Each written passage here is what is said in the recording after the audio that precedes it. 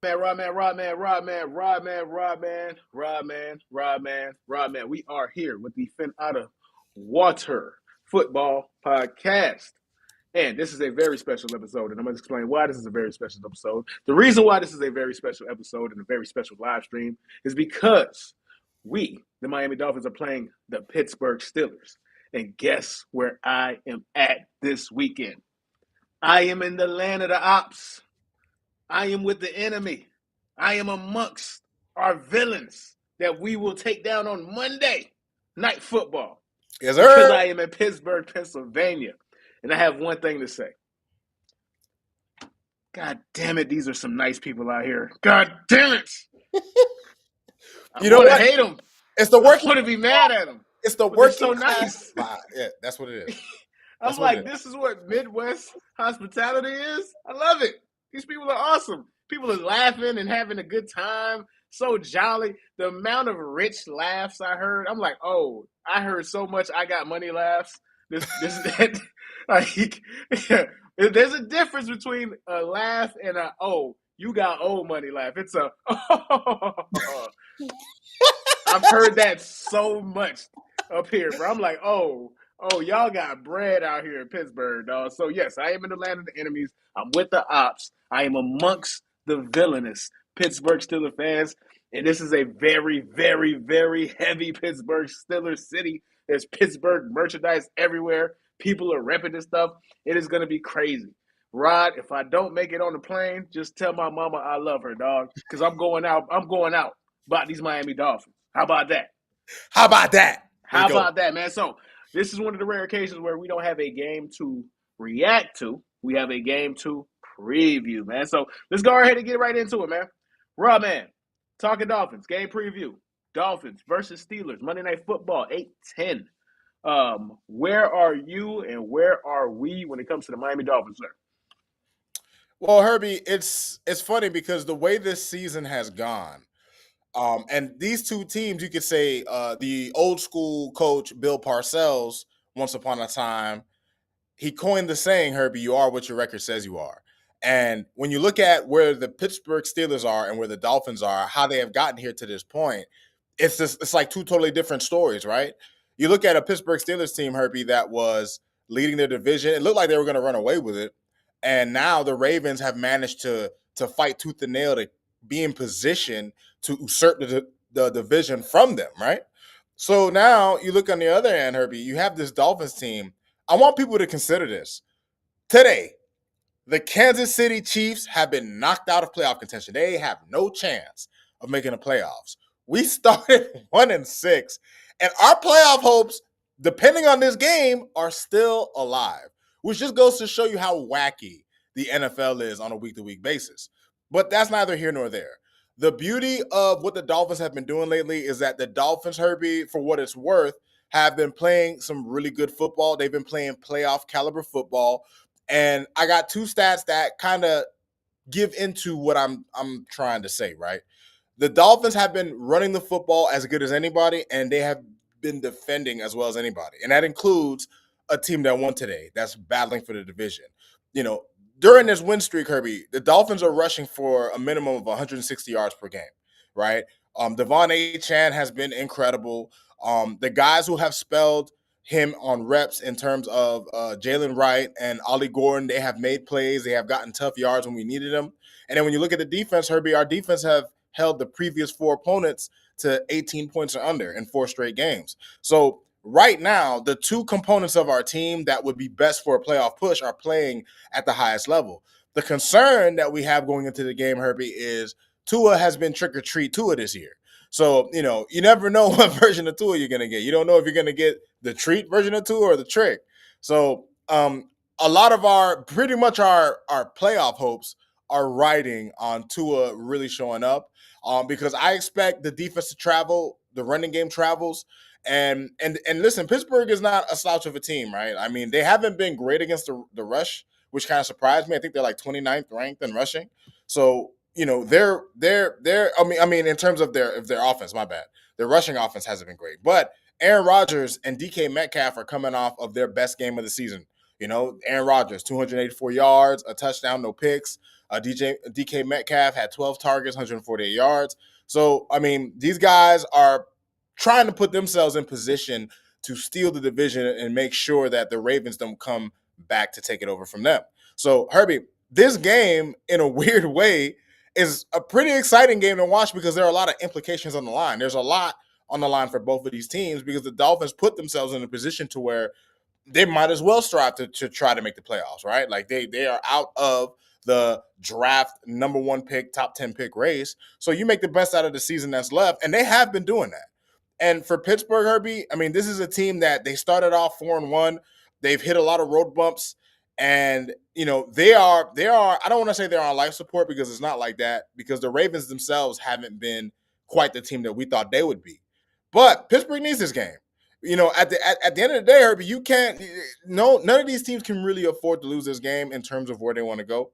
And you know, this could be Aaron Rodgers' last hurrah this season. So I'm sure he doesn't want to go out losing to the Dolphins on Monday night. Interesting thing to note, though, the Pittsburgh Steelers haven't lost a Monday night game since 1991 at home. So this is going to be interesting, Herbie. I say that I think it's about time. I think it's about time that record get broken, man. I think it's about time that record gets broken. However, I am trying to be very optimistic, so I want to go ahead and give a shout out to one of our loyal followers, one of our loyal viewers, man. And he reached out to me. He said something, man. He's like, "Yo, I get it. You know, we're always so pessimistic about our teams, but why not be, you feel me, enthusiastic about what the Dolphins are doing? We're winning. Who cares about a draft pick? That's irrelevant." And I said, you know what? You're right. The problem with that is I understand why the Dolphins don't play good in the cold because this motherfucker is serious. I get it. I get it. So I want to be enthusiastic. I want to believe in the Dolphins. But now I also understand why a team from South Florida does not always have their best effort when they come up north and play in the cold. I get it because I don't want to be here. Like, I'm like, bro, people play football in this? This is insanity. Like, And I'm like, this should be illegal. could you imagine Herbie in this type of weather taking a hit? Oh Like, my God. I like can't it's imagine. Dude, there was this lady who was walking across the street and she bust her butt. Her and her homegirl. I listen, she laughed about it. She laughed it off. I know she went to the hospital today, bro. I get it. That was adrenaline, dog. yeah. Bro, I know she, bro. If I fall, Rod, if I fall and I bust my ass in this weather, I'm not getting up, bro. Call the It's a ambulance, wrap. bro. It's a It's a wrap. wrap. I'm done. So it is going to be very interesting to watch this version of the Miami Dolphins, who has that label of being soft, which I don't think can be applied to them, especially off of the fact that they've been winning all these games and actually in a very good fashion. But it is going to be cold. So True we already Blazer. got some calls, man. Grown man football. Hey, listen, that sound good. It sound good. That sound Hey, y'all good. can keep that, man. Y'all can keep that. Y'all can keep that. Listen, it's 80 degrees at the crib. Y'all can keep this. It is 0 degrees right now. Y'all can keep that. I'm good. Dude, I remember my days when I lived in Massachusetts, man. And to make matters worse, I spent a good portion of my time there working for the airlines as a ground ops guy, working on the ramp and all that BS with the baggage and all that. And Yeah, let me tell you, man, they were and they gave you, and it's not like they just left you out to dry. They gave you bodysuits and sweaters and everything. It gets so cold. It gets to a point, especially when you're outside in 5-degree weather and 4-degree weather. And at Logan Airport, you have the water right there. yeah, right My there. boy, to the people watching and to the Bostonians that are watching, y'all know that wind chill by the airport, especially when you work out there, bro. I tell That's people all what the it time, is. it That's what it doesn't is. matter how much stuff you have on, you still getting it. That wind cuts right, it slices The right wind through you. cuts right through it. The wind could that's what it is. It's not necessarily how cold it is, right? Like it's when the wind comes and that Mm, thing is hitting you in the face like a brick. It is cutting your face apart. burning My your hands ears. got so cold up here when I went to Permenti Bros, which is one of the most storied places here. Delicious food, by the way. Shout out to Permenti Bros. If you're ever in Pittsburgh, definitely check out Permenti Bros, right? My hands, because I was trying to, be a degenerate, put a bet in, so I couldn't use my gloves. I had to take my gloves off. It got to the point where I thought F it, cut them off. You can have them. You can have them. Cut these things off because it burned. It was so cold that my hands were burning. And the Miami Dolphins have to play in that weather. And I do have a new understanding for why the Miami Dolphins in the past have struggled when it comes to playing in very cold temperatures and very cold conditions. It's just different. You have to be a team that is used to practicing in this weather, used to being in this weather, used to really feeling it. It's like such a culture shock, right? And the Miami Dolphins don't normally like there's very few times that the Miami Dolphins play in weathers like this. It might be 30, it might be 40, but -2? You see what happened when the Miami Dolphins played in the playoffs against the Chiefs when it was -6. That team did not want to be there. Bro, Herbie, it's so cold you can't think.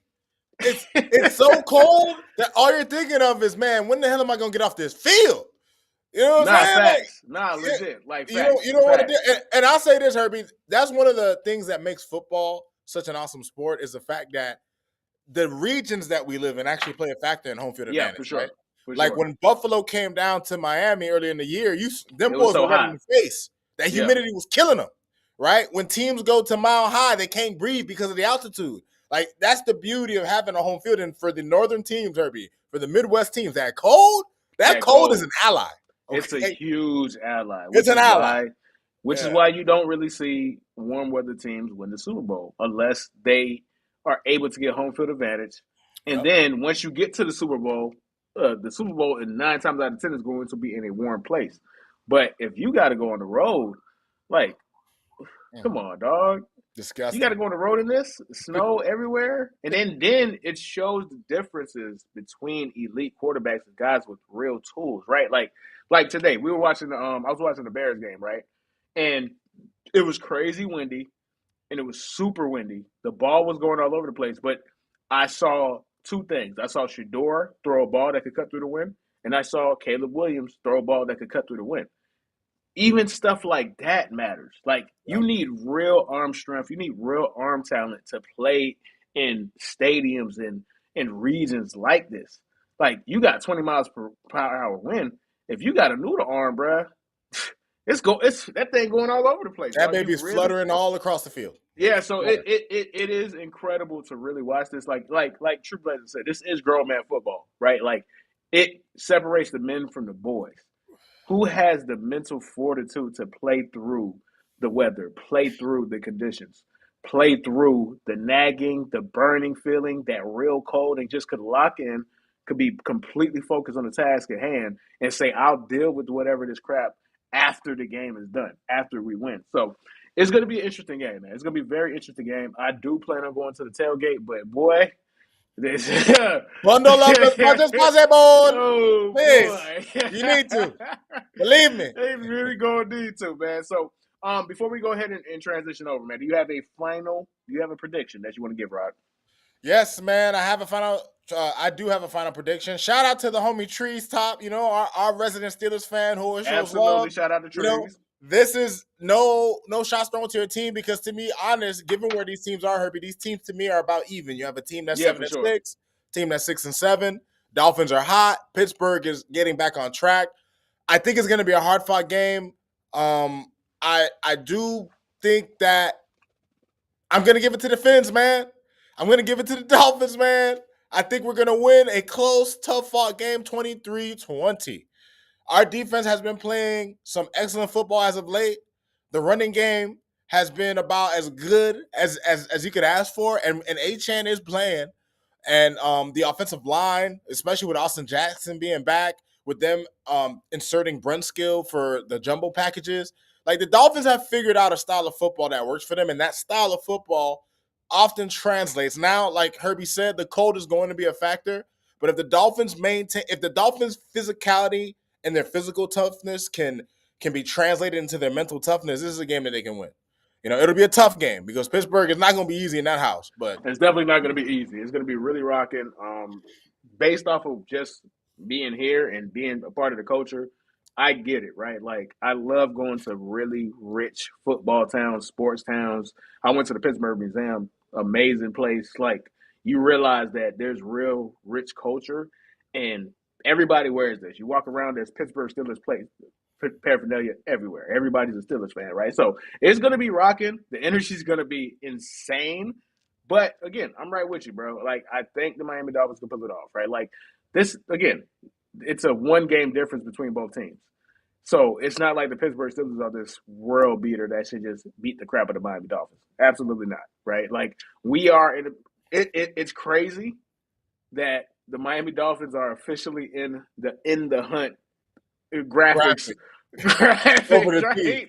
So yeah, they need Yeah. it. At this point, we should be rooting for them to win. We should be rooting for them to have the opportunity to win to make the playoffs. The Chiefs are officially eliminated, and that gave the Miami Dolphins the opportunity to try to make the playoffs. So we'll go from there, man. All right, so let's go ahead and transition, man. Biggest takeaways, the biggest takeaways from Week 15, man. So, what games did you want to go ahead and react to on the biggest takeaways, Rod? Let's start, man. Let's start with our division rivals, man. It's in the Okay. cold. It's only right. The Okay. Buffalo All right. So let's Bills go ahead and and start with Ravens. that, man. We got Buffalo Bills, and they had an incredible comeback victory against the New England Patriots, man. So, Rod, what is your biggest takeaway from the 35-31 victory from the Buffalo Bills? Because it was one of the rare occasions where it doesn't matter who loses, right? Because they're both on the It's funny you mentioned that, Herbie, because I was going to start off by saying that the desired result for this game for me would have been a tie because Yep. that means Yep. neither team wins and they get an ugly record. I'm sorry to say, Herbie, your Cowboys and the Packers have the ugliest records in football. Ugly, hideous. Tie on A your tie record is is just yucky. terrible. It's It's just so terrible, yucky. It's so man. yuck. It's so But yucky. I have 2 takeaways for both teams, and I'll start with the winners. Right, my takeaway for the Buffalo Bills, Herbie, is that this is one of the best Sundays that the Bills have had in a long time, and that's from a micro and macro sense put together. And what I mean by that is the Bills they've been the bully of the AFC since Tom Brady has been gone. They've won 5 straight division titles. And the New England Patriots came this season, and not like the Dolphins a couple years ago, who were, they were flimsy at best. This team came with intentions to really take this division this season. So when you consider the gravity of the situation, the fact that they blew their first game at home against this Patriots team, and then you come to this game, Herbie, where the Bills offensively, I mean, they couldn't do anything in the first half. The Patriots held them to 2-3 and outs to start the game. I think Josh Allen might have had like 10 yards passing at the end of the first half. The New England Patriots defense, I was getting ready to come on here and talk about the Patriots being contenders and all that just by how good they were looking early on in the game. But if there's one thing that makes the Bills as deadly as any team outside of their quarterback, it's the fact that this is a really, really, really awesome second half team. And the Bills proved it, right? They were down 21-7 at one point, and then they go on to outscore New England 28-10. And, credit to Josh Allen, credit to James Cook, credit to Joe Brady for calling some really good. I mean, he switched up his play calling in the second half, and it showed. And, they went on and they scored 5 straight touchdown drives. And the Bills showed us that they're still here, right? Like the Bills they've had questions about themselves this year. And of course, me being a Dolphin fan, I don't want to see these guys go to a Super Bowl. Neither do I want to see New England. But fair is fair. And the Bills have shown that they are a team that is capable of going all the way still. They still have that metal to them. And that brings me to my macro point about them. Herbie, the best news that the Bills could have ever had was that the Chiefs are out, right? Now you enter the playoffs with undoubtedly the best quarterback in your conference going into this playoff run. And 2 of the teams that were a thorn in your side won't be in the dance, right? The Bengals are out. And then you also have the Chiefs being out. And there's a strong possibility that maybe even the Ravens don't get in. So Josh Allen will unequivocally be the best quarterback in the AFC going into these playoffs. And that is a major advantage to this team in the Bills, Herbie. Now, to my point on the Patriots, it's funny, Herbie, because everybody came into this game saying that the Patriots were frauds, that they didn't play anybody on their schedule. And I want to say, Herbie, that that's an overblown thing. The takeaway that I have when it comes to the Patriots, Herbie, is not that they're not contenders. That's probably what people were expecting me to say. The point that I have about the Patriots is, Herbie, outside of the Bills, Herbie, what other teams in the AFC do we see really, really completely challenging them? And I'm not saying that they're way better than everybody else. I'm not trying to make that point. But I was thinking to myself at the end of the game, Herbie, given that the way they fought, right? Because while the game was going on, I thought to myself, well, the Patriots really have the pieces for everything they need, right? You have a young blossoming quarterback that's been playing top 5, top 6, 7 this season. You have a defense that prior to this game had held opponents, the last 10, 11 opponents to under 23 points and under, right? And you also have an explosive running back in Travion Henderson that can make plays at any given moment. I mean, this dude has 4 touchdowns of 50 plus as a rookie, which is an NFL record, right? So the Patriots have all the pieces to really compete. They are, I think, a team that's a contender. You're not 11-3 and not a contender, but they still need they need to grow a little bit more, Herbie. And this was the game. This was a litmus test for them. This was a game for them to see where they are at. But when I look at the Patriots, Herbie, if they don't end up running back into the Bills, who I think is a team that could really challenge them, okay, you got Denver with the defense that they have in Bo Nix. You have C.J. Stroud and the Texans and the defense that they have. So I'm not saying that they're going to go and wash everybody outside of the Bills, but my takeaway coming at the end of the game, Herbie, was really, I mean, who else could have done what Josh Allen did? If the Patriots go 21 on anybody else, like that game is over with. Josh Allen is really the main reason, one of the biggest reasons in terms of his legs and his arms and all that, was one of the main reasons why they came back in the game. And when you have a quarterback of that caliber, you're never out of a game. The guy's the reigning MVP.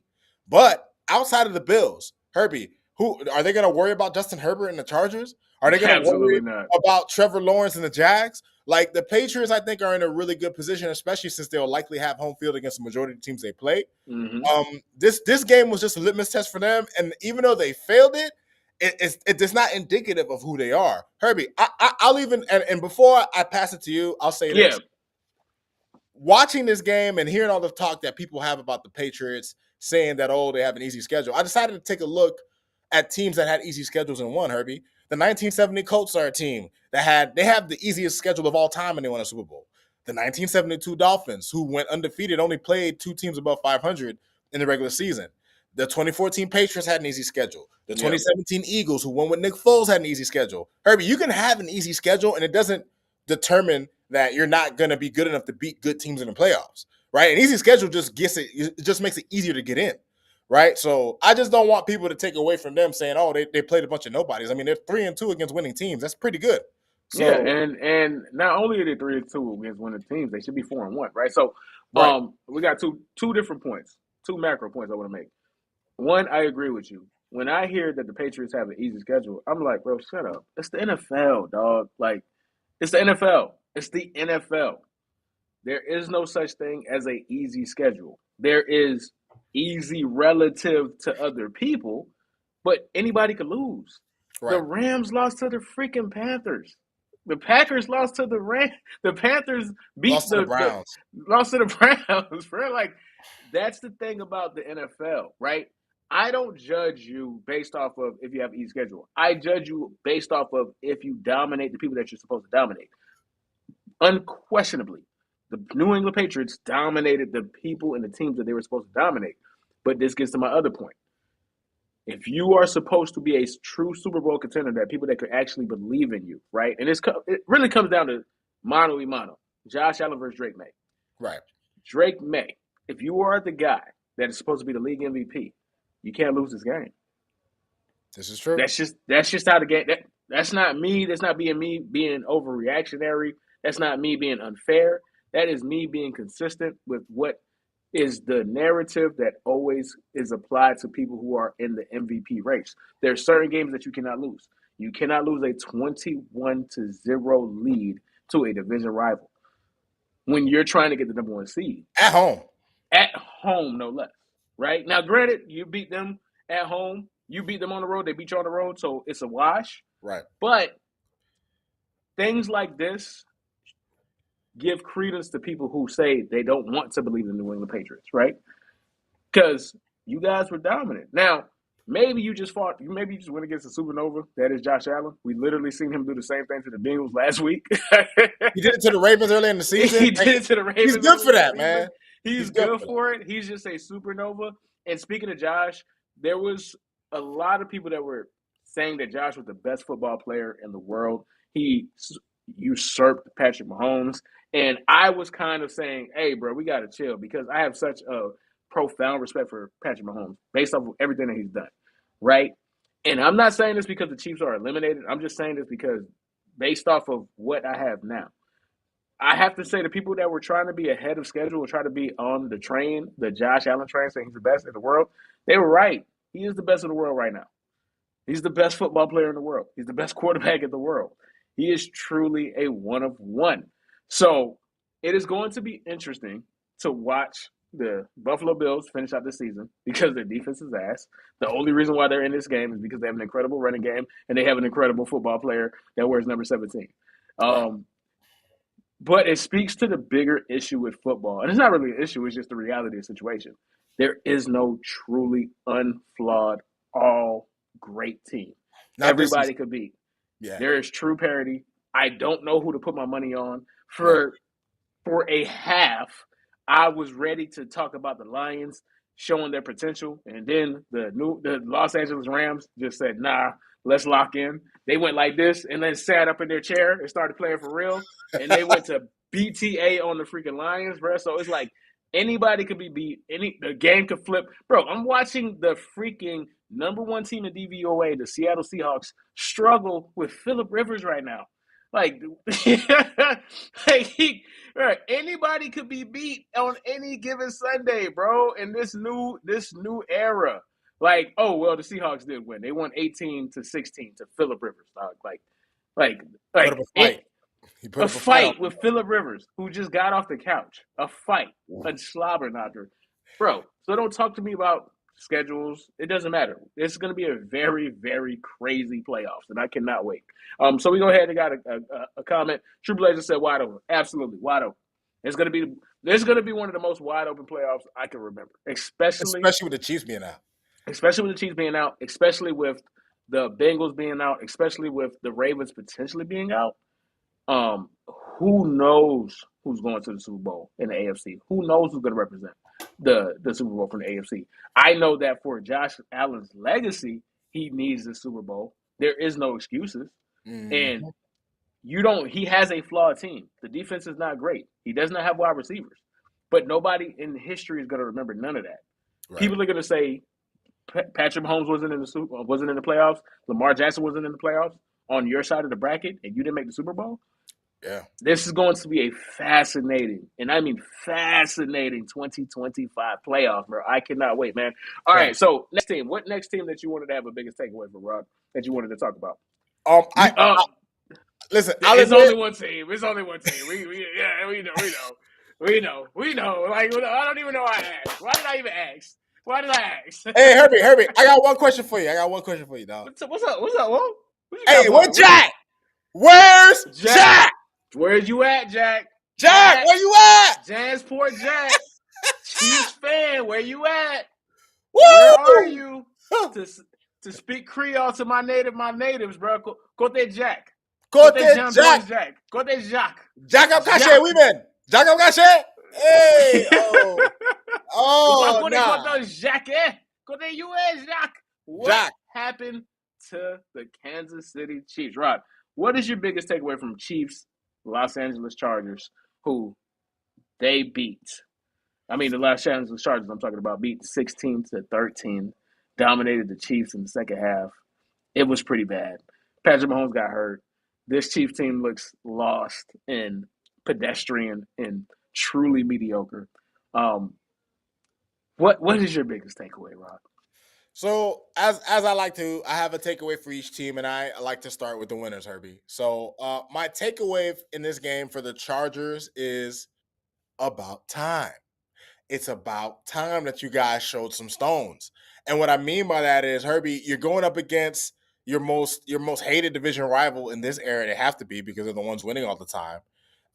And listen, the Chargers are a team that they've been dealing with a ton of injuries on their own. Their offensive line has been in shambles. They've had skilled players in and out the lineup, and even Justin Herbert has been playing hurt. So this game right here, Herbie, going up against your nemesis, who you did beat to start the season, for you to go into their house and to sweep them the way they've swept you year after year after year, it had to be cathartic for the Chargers. and their fans, right? Because now, one, you officially like the Chargers. No matter how this season ends, Herbie, they're one of the heroes of the NFL, right? And I know Chiefs fans might feel like this is diabolical hating here, but the reality of it is, Chiefs fans, I'll be honest with all football fans, we sometimes you want to see somebody different.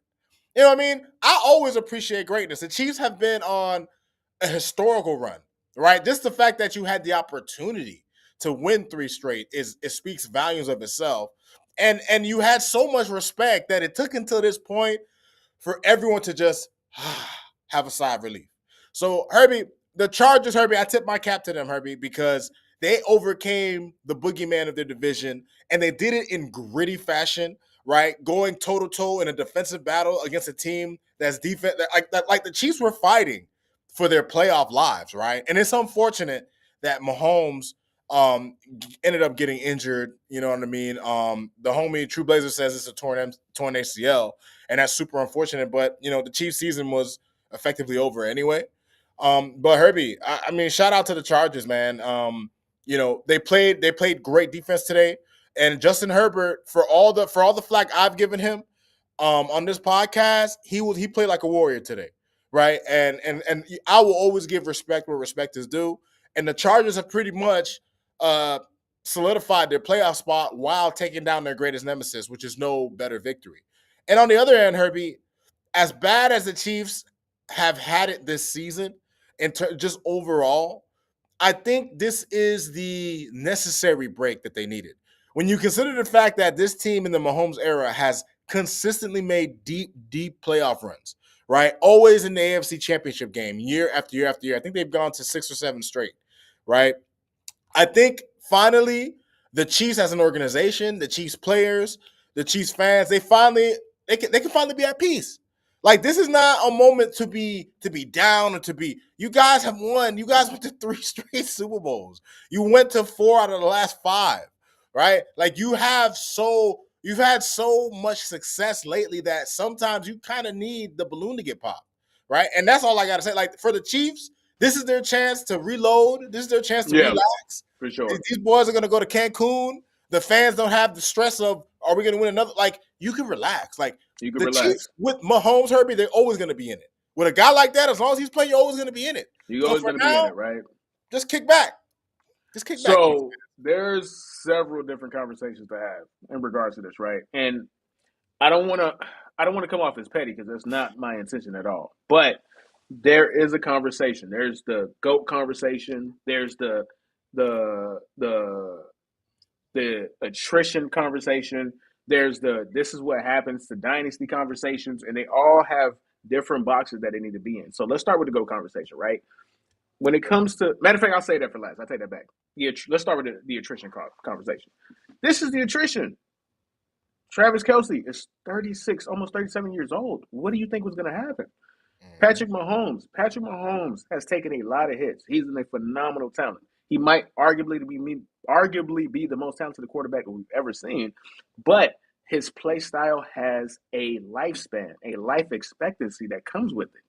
You're not going to be able to get away from every single pass rush. You're not going to be able to just have generational awareness. That your instincts and your awareness and your God-given ability and your innate ability to get out of ridiculous situations because you still are very athletic, contrary to belief based off of how you look, it wanes. It goes away. We're seeing that with Lamar Jackson. Lamar Jackson is not the athlete that he was in 2018. He's not the athlete that he was in 2020.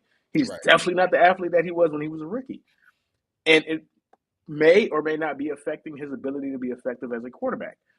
We are seeing that with Patrick Mahomes too. Now we're going to have to see Patrick Mahomes 2.0, actually 3.0, because he's already adjusted. Patrick Mahomes 1.0 was the ridiculous freak of nature, deep threat, throwing, buying time, throwing across his body, all kinds of nonsense. Patrick Mahomes 2.0 was the guy that said, you know what? I have that in my bag, but I'm going to do it in a more efficient way. I'm going to take the check down. I'm going to take a 5-yard route. If I got to dice you up, if it has to be a million paper cuts to win, I'll do that. Now we have to see Patrick Mahomes 3.0, which is I don't have the athleticism to get away from these situations. How do I adjust? how do the Patrick Mahomes 3.0 Kansas City Chiefs adjust to Patrick Mahomes 3.0?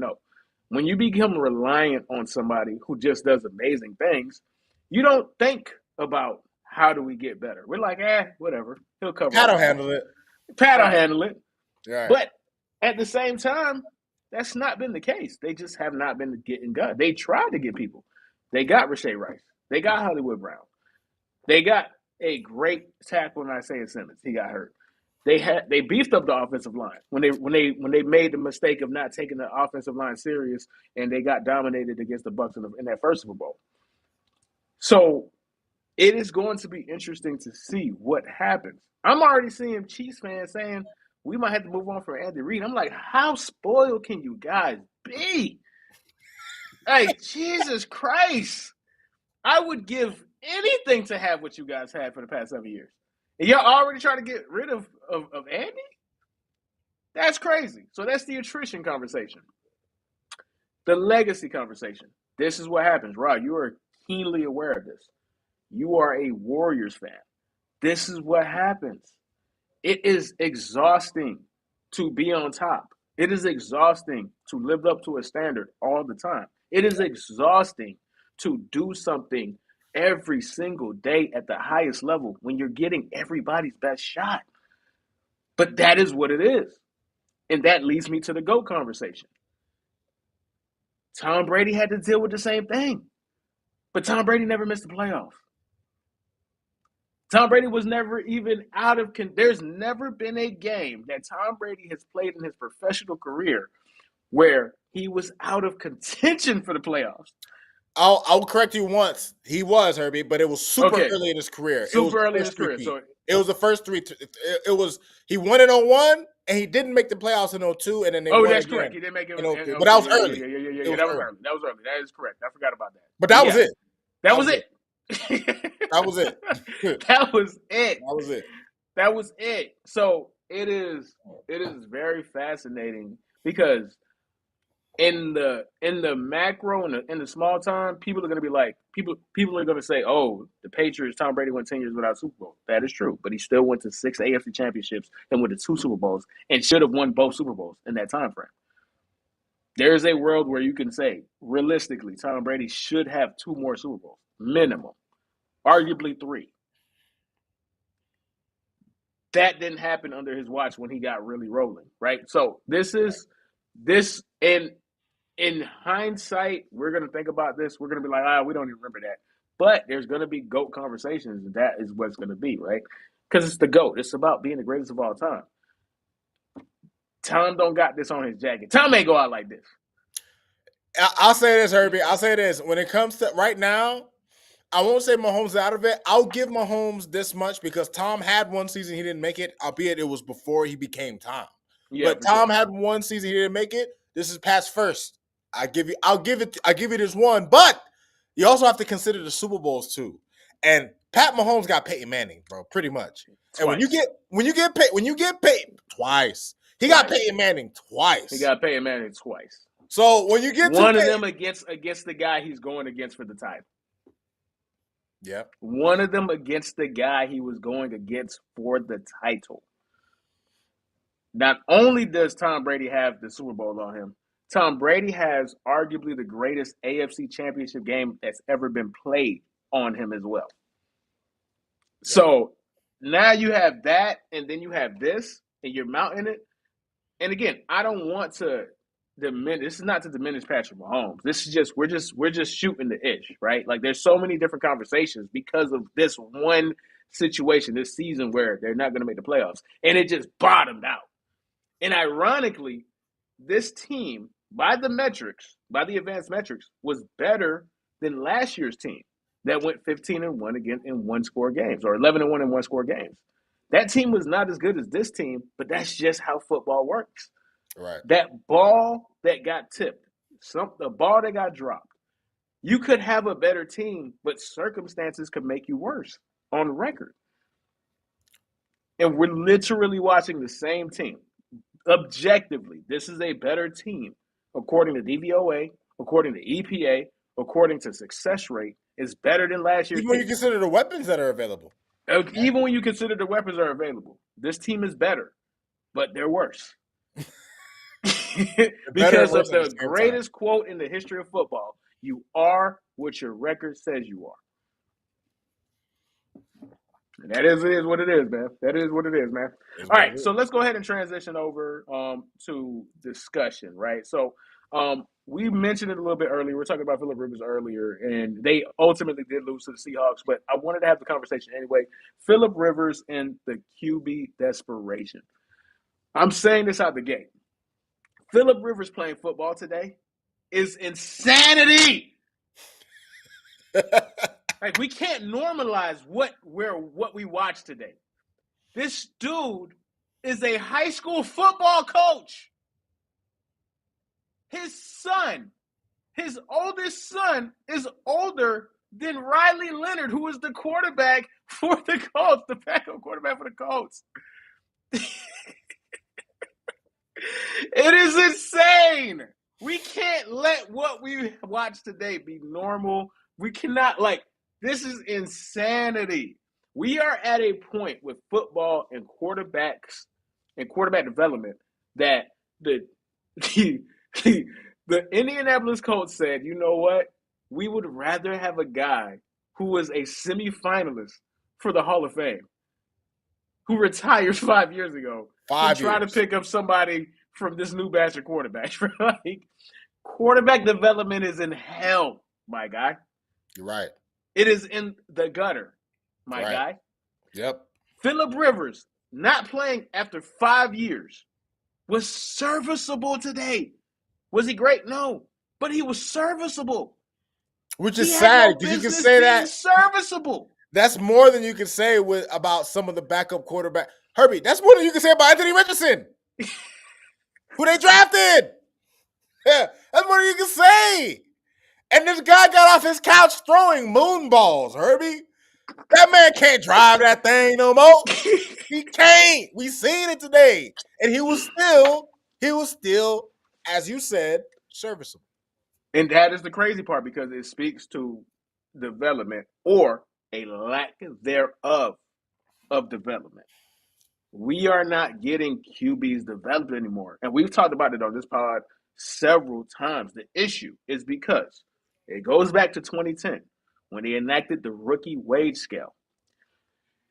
That ruined development because, hey, I would rather have somebody cheap and doesn't know what he's doing out there and could try to maybe figure it out versus having moderately expensive veterans. I was looking at backup QBs back in the day. Just here goes some of the names. I'm just going to read some of the names, right? Charlie Batch, Trent Green, Mark Bolger, Chad Bennington, David Garrard, Doug Flutie, Ryan Fitzpatrick, Josh McCown, Tommy Maddox, Brad Johnson, Jeff Garcia, Matt Castle. Those were backups. We used to be a proper country, Rod. Football used to be a proper sport. Those are backups that I just named, who not only were they serviceable, you could count on them to win 2 or 3 games to get you by. That was the expectation, that your backup quarterback could come in and possibly win a game. The expectation now in 2025 is that, God forbid, your backup even gets in the game. You're terrified. You're absolutely terrified terrified. if your backup gets in the game, right? So I want to go ahead and look up. There's a power ranking that I want to go ahead and share real quick, right? So where are we? Where is it? Where is it? Is it this? Boom.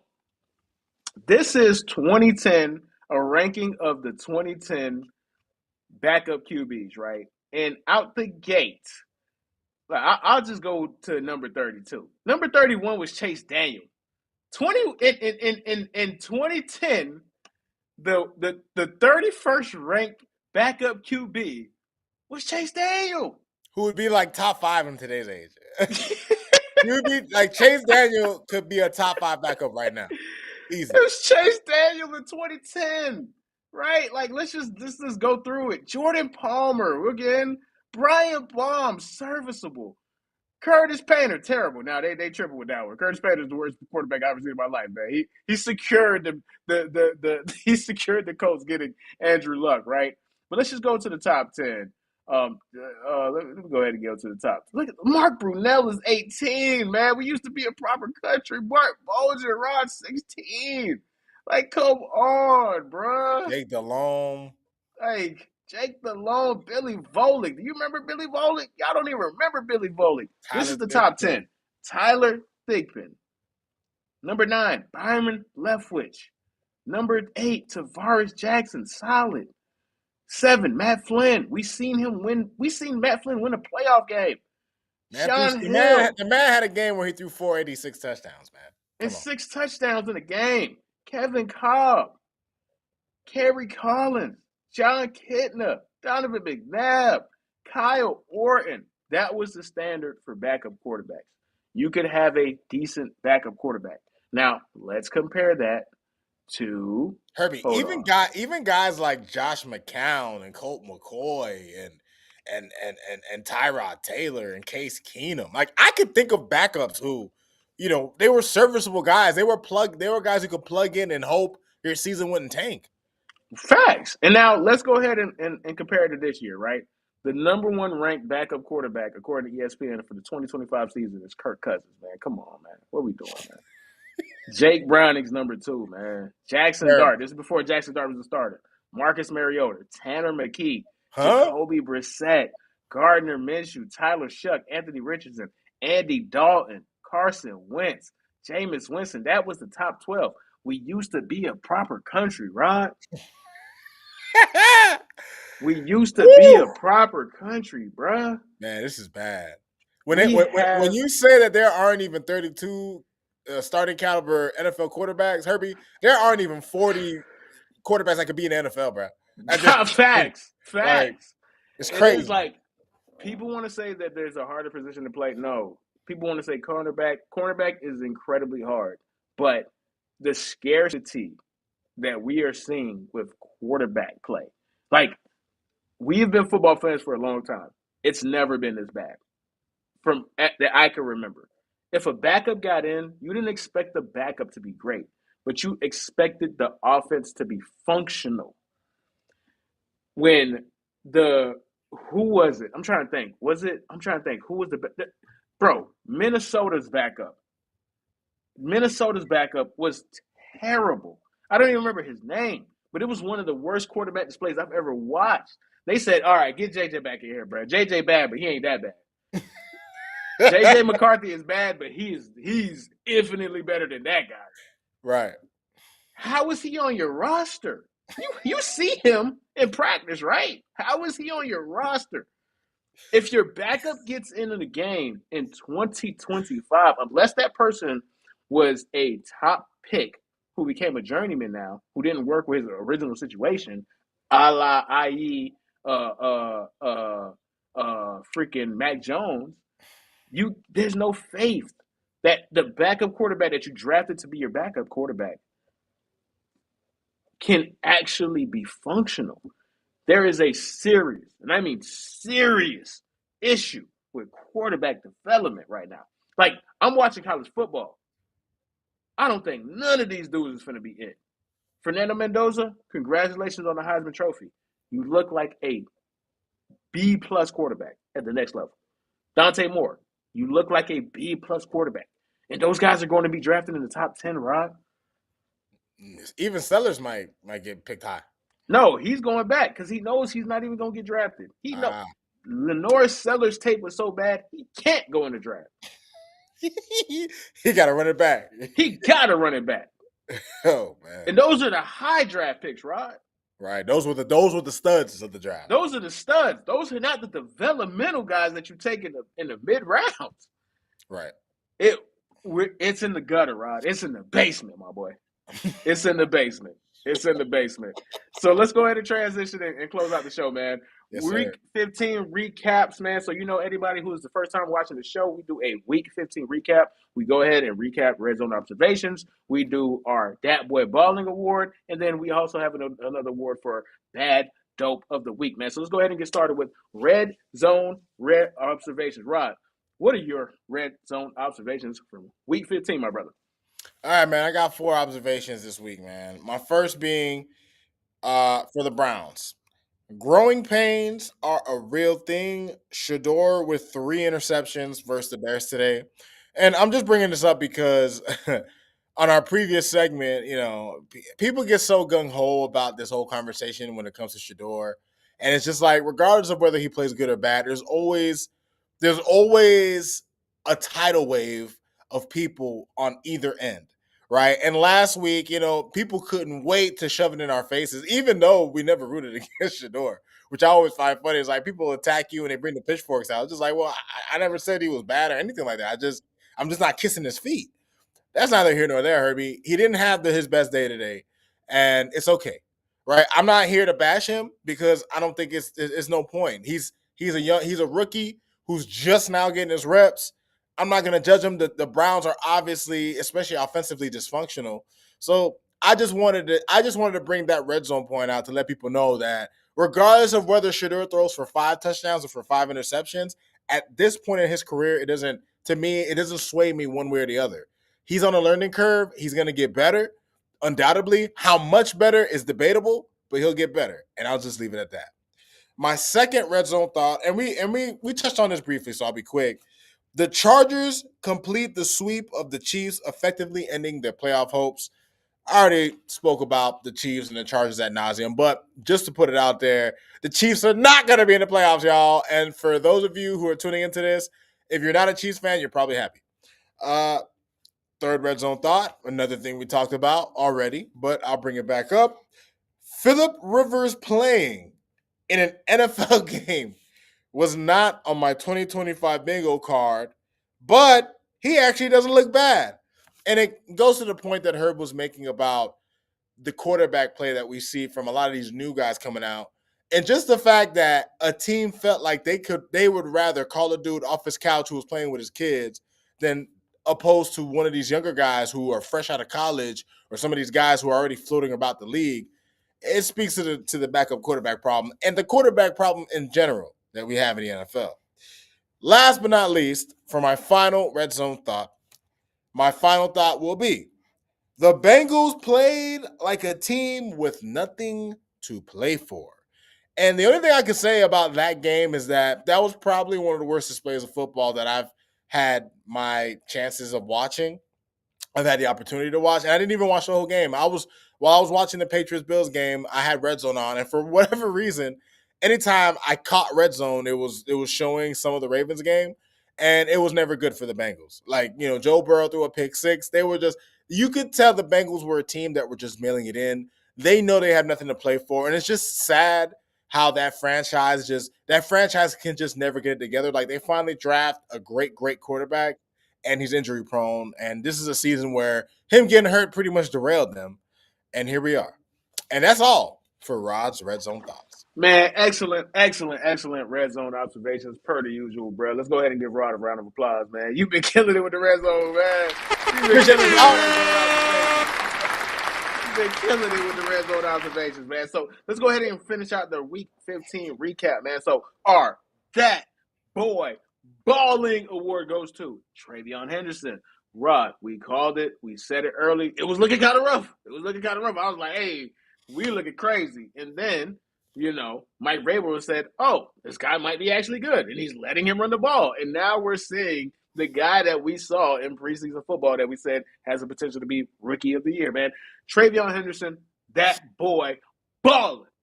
And the adverse of that boy balling is the complete opposite of that boy balling. That is going to be our Week 15 Bad Dope Award. I'm going to piggyback off of you, Rod. The Cincinnati Bengals, man, y'all get the Bad Dope of the Award, man. Bad Dope of the Week, man. The dope is bad. It smells funky. Y'all stepped on it. Y'all left it out in the rain. It's getting drenched. You feel me? It ain't smoking. It ain't hitting for nothing. The junkies are like, bro, this don't even smoke good, bro. Cincinnati Bengals, man. Week 15, bad dope, man. Y'all some bad dope. Now, with that, it is time for our closing thoughts. Rod, it's closing thoughts time. Now we're gonna have a, serious conversation, serious discussion.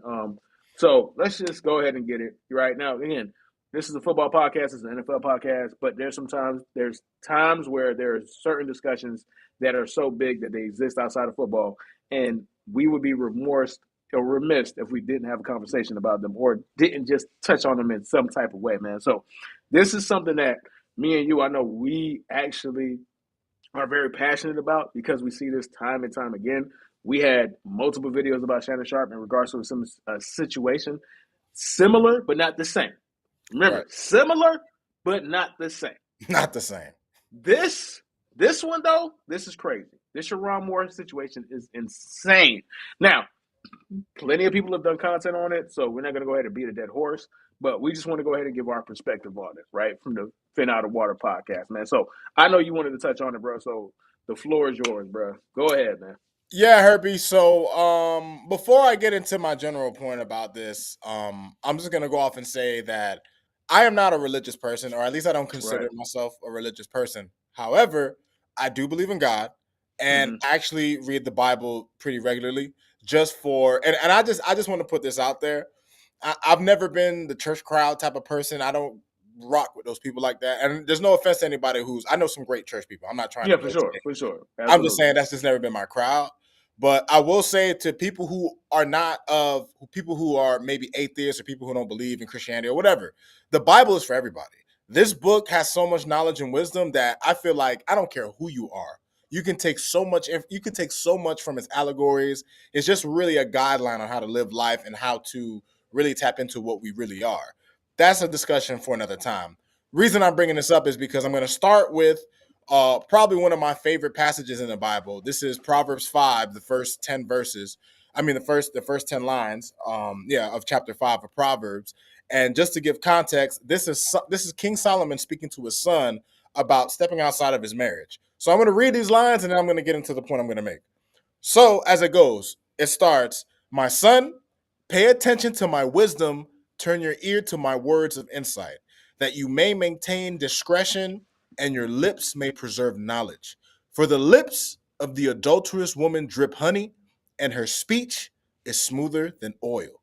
But Mm, mm, in the mm, end, mm, mm, she mm, is mm, bitter as gall, sharp as a double-edged sword. Her mm, feet go down to death. Her mm. steps lead straight to the grave. She gives no thought to the way of life. Her paths wander aimlessly, but she does not know it. Now then, my son, listen to me. Do not turn aside from what I say. Keep to a path far from her. Do not go near the door of her Mm-hmm. house, Mm. lest you lose your honor to others and your dignity to one who is cruel. And to the last line, number 10, lest strangers feast on your wealth and your toil enrich the house of another. Nah, that's crazy. If Sharon Moore heard, if he heard that, he'd immediately burn on fire, but he'd like combust on fire on the spot because that is to the T, to the T. Herbie, What happened to him, bro? Like, Herbie. I'll say like when it comes down to these situations, I think, and this is not even just a black man conversation. This is just yeah, men. for sure. This is Men just in men in general. general, guys. So, oh wait. This is perfect. I want you to lean into that because I'm gonna come behind you with the pause. That was crazy. My bad. I'm gonna come. I'm finna come.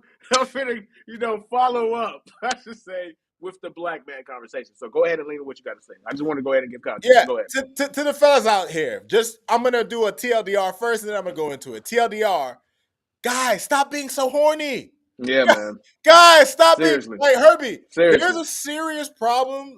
And I'm being dead ass. And I'm not trying to be a hypocrite here because listen, I'll be upfront and candid. Y'all know Fin Out of Water. We ain't got nothing to hide. I've been a pervert majority of my life, dog. My It's entire life I've been a like, pervert. like My entire life. I'm not But sitting here trying to we cast have stones. discipline. Right. And hide my hands. But here's the thing though, Herbie, I never put myself in situations where like for example, I've never been a person who goes after women in relationships or married women. I've hooked up with women like that, but that's normally because they kept that shit a secret or they gave me some BS about they're separated or they're in an open relationship. Trust me, people will tell you all kind of things when they want things, right? But the point I'm making is as men, we have to do a better job of having better discernment of our Mm-hmm. of the people we involve ourselves with, and we really just have to have better integrity within ourselves. dude, Sharon Moore, you were the $6 million man. You had a wife at home. You got kids, bro. And 3 you of them. put everybody in your life through this. You're going to humiliate yourself, your wife, your kids. Was it worth it? Like, and that's the point I'm trying to make. Like, to the fellas out there, we got to do better with controlling ourselves. We have to do better with controlling our sexual energy. This past year, I've been on a mission with that. Like, I've been working on just like, you know what, not being so like, because all it could do is lead you to trouble. You know That's what I'm it. saying? And the That's problem it. that happens to a lot of men too, Herbie, is that what happens to people is we are as good as our options, right? And for a lot of guys spend their lives with limited options, so to speak. And then they get themselves in higher positions. And when they get that new attention, when they see some new faces, when they see new smiles, it draws them into things that they have no business being a part of. I have no doubt that Sharon Moore was a good man a majority of his life. But sometimes being in a higher position gets to people's heads. But you can't lose yourself. You Can't can't lose lose your yourself. integrity. You can't lose your dignity. And most importantly, you have to keep yourself of sound mind. You can't let yourself get distracted from the dangling fruits that are going to poison you. And it's just unfortunate that he put himself in this situation. It's unfortunate that he put his family in this situation. And now in a matter of maybe 48 hours, you went from being at the top of the world to Yep. being on the rocks. It's just unfortunate, Herbie. No, And really, and my message to the men out there is, y'all boys, man, be smarter about how you move, man. it's legitimately crazy that you said that because everything that you said is 100% facts. Down to the 48 hours. It was literally 48 hours. The alleged victim, because she was a victim allegedly, went to the Michigan staff, said, "Hey, we had a relationship. I'm bringing this to you," and then he got fired. And then he did what he did, which is allegedly go to her house, kick her door in, threaten to kill himself with butter knives and scissors, and got himself arrested. It all happened in 48 hours. Your life permanently changed in 48 hours. We've seen it with Shannon Sharp. We've seen it with Ime Udoka. Yep. And this is where I'm going to have the black side or the black man conversation. Black men, listen to what Cat Williams said. It only takes 2 weeks for a white woman to destroy everything. You could lose it all in 2 weeks. If you're Sharon Moore, you could lose it all in 2 days. Crazy. We are in a sports group page on Facebook, right? And I shared the picture of Sharon Moore. He was clearly he was in 23-hour lockdown because you see the padded walls, right? And they had him in that area. You're in that area when they consider you somebody that might harm themselves, right? So you probably got Baker acted. Right. And you just see a blank stare. There's deadness in his eyes, right? And I shared it and I said, listen, a white man, a black man losing everything because of his lust for that white cat is a story that's old as time itself. Somebody commented on it and said, "Would it have been better if he did it with a black woman?" Which I replied. I said, "No. However, if this situation involved a black woman, Sharon Moore eventually, not now, not today, not tomorrow, not next month, not next year possibly, but eventually would have had a home to come to because black people are inherently forgiving. But when you lose everything and you put yourself in this situation and it involves a white woman or a white woman, it's different because now you pissed off black folks who's like, bruh, really? And you Yep. pissed off the white folks who only tolerate you. They don't like you. They don't love you. They don't actually want you around. They tolerate you because of your talent. They tolerate you because you're good enough to be the head coach of Michigan. A dream They job, by the way. they dream job that you've worked your entire life to get to. I'm 36. He's 39. He's only 3 years older than me. Right. He's way more successful than me. And now I'm in a better position than he is. Threw it all away, man. Threw it all away for some mediocre white cat that white folks hate to see. They hate when you date their women. You have no home to come back to. You pissed off the black folks and you pissed off the white folks. You have nothing to come back to. We seen it with Jonathan Majors. Yep. Jonathan Majors was a generational talent as an actor. His career is done. I And forgot he about him, didn't bro. and he wasn't even the person that was wrong in the situation. He was trying to run away from the white bitch. It's a cold world, It's boy. it is It's a you cold world. I don't agree with Dr. Umar on his stance on dating outside of your race. Love who you love, but you have to be smart once you choose to do it. As corny and lame and as much of a loser as Robert Griffin III is, he does it the right way. He doesn't put himself in these situations. He dates his white women, and he loves on his white woman, milk as he calls it, and he's fine. He's not ruining his family to do it. He's not ruining his family to do it. And you know what got me, Herbie? You know what got me? And this just goes to what, like, cheaters in general, male cheaters, women Yeah. cheaters, just cheaters in general. The man goes and tells the assistant that she ruined his life. No, you ruined your life, bro. You ruined your You life. made those choices, bro. I hate when the cheaters want to tell the person that they cheated on, oh, please don't tell nobody. You're gonna ruin it. No, you shouldn't have made the choice to begin with. There are consequences to actions. That's just the way it is. And that's something that you signed up for. That's something that you got to live with, dog. Like, there's people that were okay. So Shady McCoy, right? Shady McCoy had a video talking about, man, we should empathize with him. He's going and then rally behind him. Yeah. No, Nah. Like, I'm not going, bro. You not Martin Luther King that got beat to sleep because you were trying to march for the advancement of black people. No, bro, you was cheating with a mediocre white bitch. No. Crazy, Like, bro. I cannot give you grace for you ruining your life. I get it, man. I was in a situation myself where I was deeply petrified of what I did and the ramifications of what came for it. But I have never, up until this day, asked for forgiveness, asked for pity, asked for sympathy from none of my homeboys because I made a choice. I made a choice. And I had to live with the ramifications. She went to Michigan. You lost your job. Stop there. Right. Stop there. You would have just been fired. There might have been an investigation. It probably would have been a couple months before all of the intel of you having an improper relationship with this woman might have came out. But you wouldn't be in jail. You might have an opportunity to save your marriage. Right. You are not the laughing stock of your children who have to see their father's mugshot on the internet, and now they're getting bullied at school because you couldn't control your emotions over some mediocre white cat. You went to her house and kicked her door in, allegedly. What? Ridiculous, man. Ridiculous. What you doing? Y'all boys tripping, man. Y'all bro. That pussy, it can't be that good. I'm sorry, it can't be that good, bro. I don't want to hit nothing that good, bro. Ain't no way. If it's that good, I don't want it. No way, my boy. If it's that good, keep it away. I'm good.